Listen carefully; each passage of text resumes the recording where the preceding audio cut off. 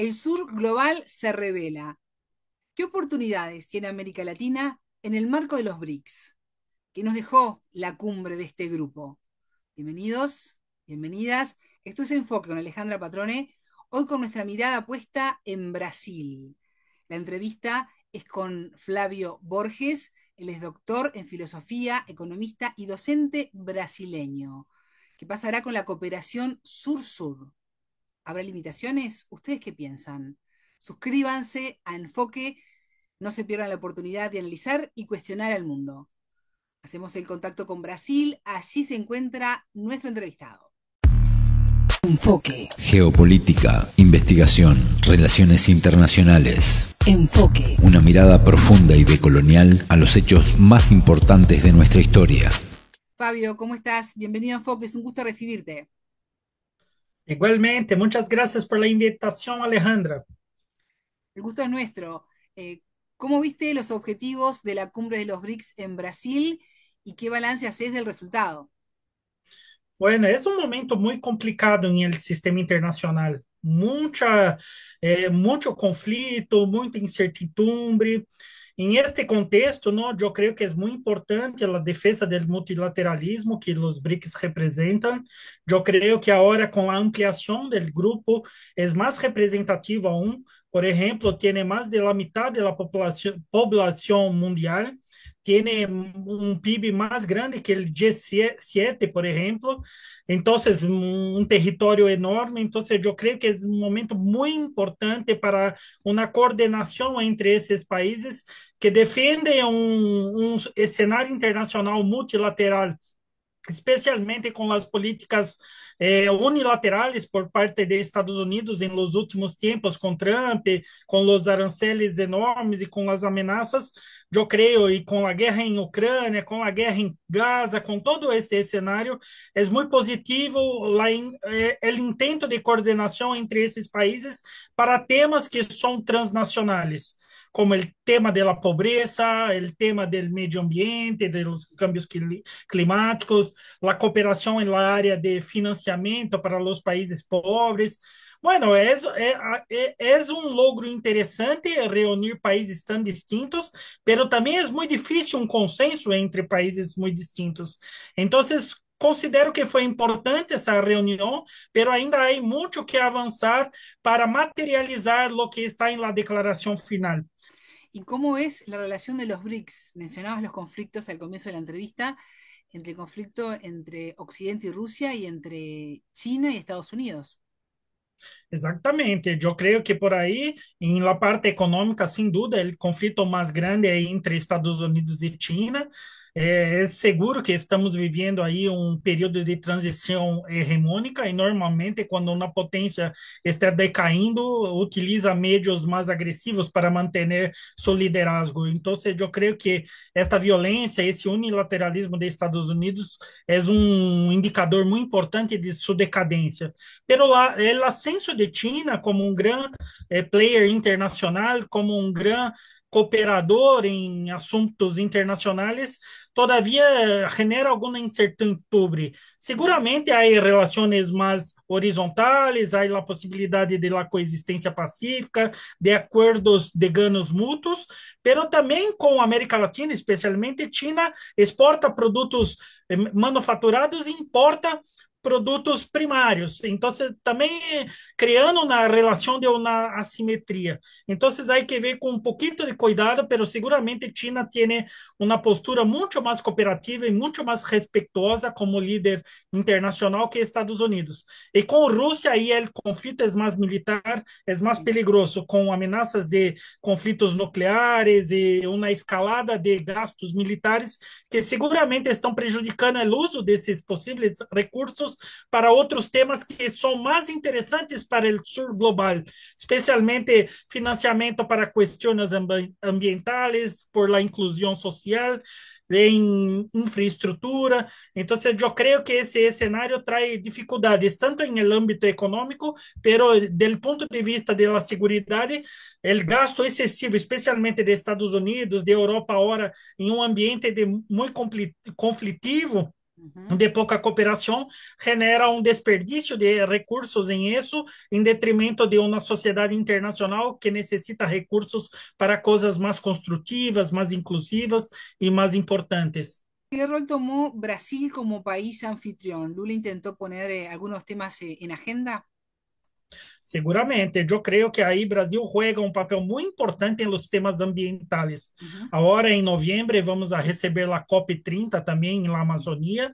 Eu creio que os temas do câmbio climático seguramente são temas essenciais para a existência da própria humanidade. Eu creio que aí é um tema interessante, que os pobres sofrem mais com os cambios climáticos que os ricos. Por isso, também tentar trazer a questão ambiental e social juntas, justamente com o objetivo de minimizar os impactos negativos de los cambios climáticos, especialmente para populações mais vulneráveis. E eu creio que aí Brasil tem um histórico, não? Desde a Rio 92, a primeira grande conferência mundial do meio ambiente, como um líder em questões ambientais. Isso por um lado, não?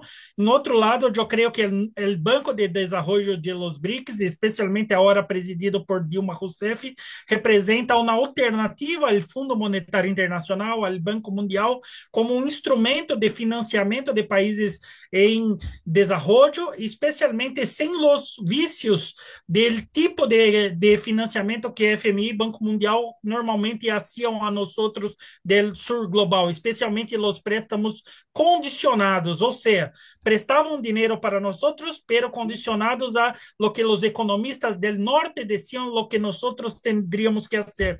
Eu creio que o novo Banco de Desenvolvimento de los BRICS, agora presidido por la ex-presidenta brasileira Dilma Rousseff, pode jogar um papel muito importante em um outro tipo de arranjo internacional de desenvolvimento e de financiamento aos países pobres, com esta expectativa de trazer a questão social junto à questão ambiental. Pensando un poco en la región y en el sur global, ¿qué oportunidades o desafíos considerás implica para América Latina poder integrar cada vez más los BRICS? Eu creio que é uma oportunidade muito interessante. Por exemplo, agora tem uma proposta entre Brasil, China e também, claro, que vai involucrar Peru, de um ferrocarril ligando o Oceano Atlântico ao Oceano Pacífico por el puerto de Chancay, em Peru, um Ujú. dos mais grandes do mundo em este momento. E eu creio que isso pode trazer muitos benefícios da integração intra-regional entre os países sudamericanos, especialmente traindo a possibilidade da cooperação com a Ásia, que é a região, especialmente China, mais dinâmica do mundo. Pero claro, isso também vai trazer conflitos, porque eu creio que a América Latina é uma região em disputa entre duas grandes potências, que é Estados Unidos e China.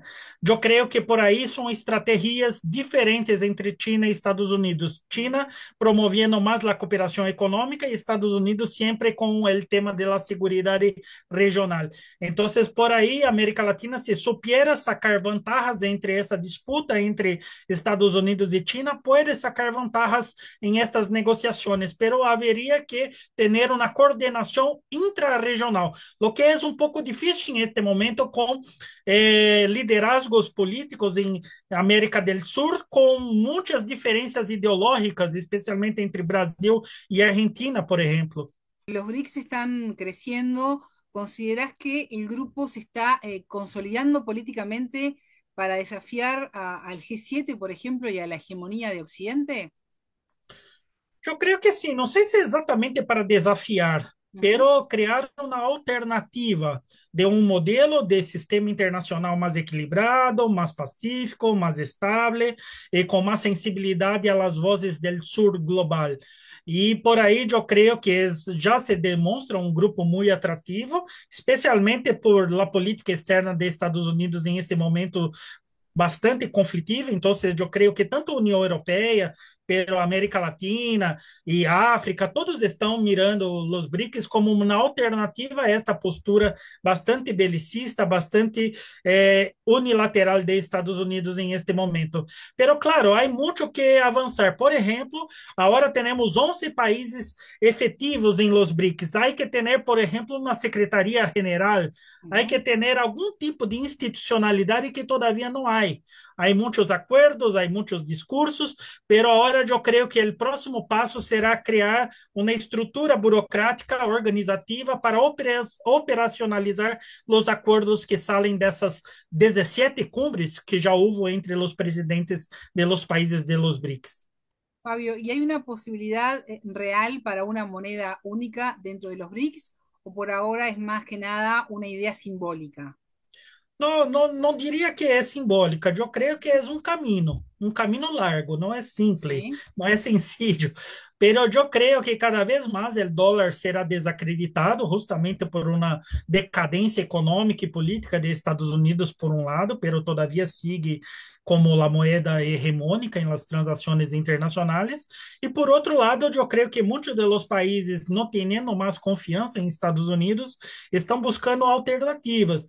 Eu creio que há que ir despacito, empezando por las compensaciones comerciales, relaciones que no necesitan pasar por el dólar, ya es un primer momento. Y con el tiempo, ¿no? Podríamos pensar aí em uma moeda comum, pero é super complicado porque as políticas macroeconômicas, as regras de los 11 países que são tão distintos em este momento, tendriam que ser as mesmas. Eu vejo isso muito difícil entre países que são tão distintos em este momento, especialmente com a ampliação do bloco. ¿Y es posible una mayor cooperación sur-sur o todavía hay muchas limitaciones? Não, é possível. Eu creio que por aí, especialmente, hoje haveria uma certa polêmica se é possível chamar China de Sur, se é Rússia se pode chamar de Sur, porque são países extremamente industrializados, tecnológicos, potências nucleares, pero tiene aí uma concepção de cooperação internacional que sim, são cooperação mais horizontales, win-win, gana-gana, e por aí eu creio que, especialmente por parte de China, em la parte de financiamento a las obras de infraestrutura em todo o mundo, por exemplo, o cinturão de la nueva rota de la seda, ¿no? É um caminho muito interessante. Eu creio que é o projeto mais grande de financiamento internacional em la história da humanidade, involucrando mais de 150 países em este cinturão, não? E por aí eu creio que há como ter uma perspectiva de cooperação de um país que tem recursos para fazer essa cooperação. Normalmente, a cooperação sur-sur foi muito limitada por la falta de recursos. Por isso, a cooperação entre países do norte é muito mais dinâmica e sempre os países do sul tendriam muito discurso, pero pouca prática. Pero agora, com países como China e Rússia tentando promover a cooperação sur-sur, temos uma situação que há recursos, además de princípios ideológicos importantes de cooperação mais horizontal. Fabio, ¿qué podemos esperar de los BRICS para los próximos años? Eu creio que está se fortalecendo o grupo. Eu creio que a cooperação vai mais allá da economia, pero a parte mais material, seguramente o novo Banco de Desenvolvimento de los BRICS é a materialização disso. E eu creio que os BRICS cada vez mais jogarão um papel muito importante na questão de los cambios climáticos, a cooperação inteligente, uma regulamentação para a inteligência artificial, que é um tema super complexo que seguramente afetará toda a sociedade internacional em los próximos anos, cooperação na área de saúde, cooperação na área cultural. Eu creio que são países de culturas riquíssimas e que creio que por aí também é uma democratização e uma possibilidade de pós-colonialismo, não descobrirmos nós entre nós as películas de cada país, a arte de cada país. Eu creio que a integração da parte midiática também, conhecemos os meios de comunicações mais independentes, de las diferentes sociedades civis. Eu creio que é um cambio estrutural em el sistema internacional muito importante. Pero claro, todo lleva tempo, não é de la noite para el dia, pero eu creio que está se construindo um processo de mais horizontalidade em el sistema internacional, de la defesa del multilateralismo e de la necessidade de reforma de los organismos que já são anacrônicos delante de tantos cambios econômicos, sociais e políticos em el sistema internacional, especialmente nos últimos 30 anos. Fabio Borges, doctor en filosofía, economista y docente brasileño, muchas gracias por estos minutos con Enfoque. Um gusto, muitas graças a você. antes de despedirme, quiero consultarlos. ¿Creen ustedes que América Latina tiene oportunidades en el marco de los BRICS? Los leo en los comentarios. Suscríbanse a Enfoque y sean parte de esta comunidad que le gusta saber lo que ocurre, entender el mundo y, ¿por qué no?, cuestionarlo. Tengan todos ustedes una excelente jornada. Buena día para todos. Enfoque. Geopolítica, investigación, relaciones internacionales. Enfoque. Una mirada profunda y decolonial a los hechos más importantes de nuestra historia.